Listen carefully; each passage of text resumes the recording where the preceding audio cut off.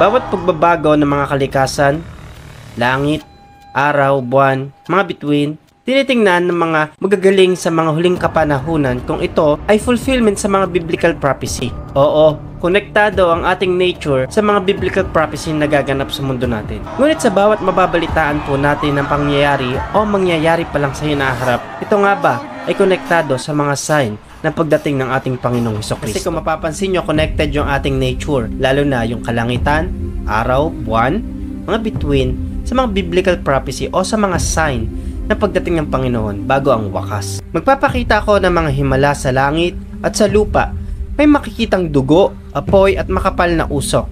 Pagdidilim ang araw at pupula ang buwan na parang dugo. Mangyayari ito bago dumating ang nakakatakot na araw na paghukom ng Panginoon. Ito nga ba ay literal o symbolical? Alam nyo po, ito ay tinitingnan ng mga tao, kaya po sila nababahala. At kung mas babasahin po natin Revelation, sa mga huling kapanahon na magaganap sa mundo bago po ang wakas, may nilabas po ako na video about po sa 7 years of tribulation. Yung 7 seals, 7 bowls, and 7 trumpets.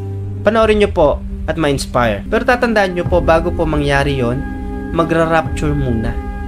Kukunin muna ng Panginoon ang kanyang mga mananampalataya at hindi niya na ipaparanas ang kapighatian. Tatandaan nyo po, ang pangako ng Panginoon, darating siya para sa kanyang mga mananampalataya, sapagkat siya ay hukom.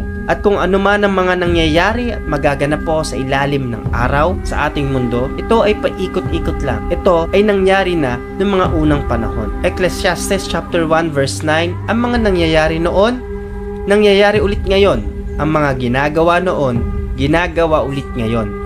Walang nangyayaring bago sa mundo. Alam nyo mga kapatid, kung mahilig man tayo mag-relate ng mga nagaganap o magaganap sa kasalukuyan, sa paghahatol ng Panginoon, siguro dahil ito sa mga behavior ng tao. Grabe na ang idolatry, grabe na ang persecutions, at makikita nyo po, grabe na rin ang mocking sa Panginoon, o kaya naman hayagan na ang kasamaan o yung paglapastangan sa pangalan ng Panginoon.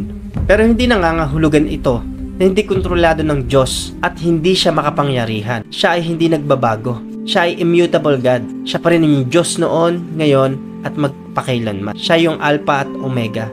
Siya yung may akda at siya yung tatapos. Kaya tatandaan po natin mga kapatid, lahat ng nangyayari sa atin ay paikot-ikot lang. Pero merong nananatiling makapangyarihan at patuwid ng hukom.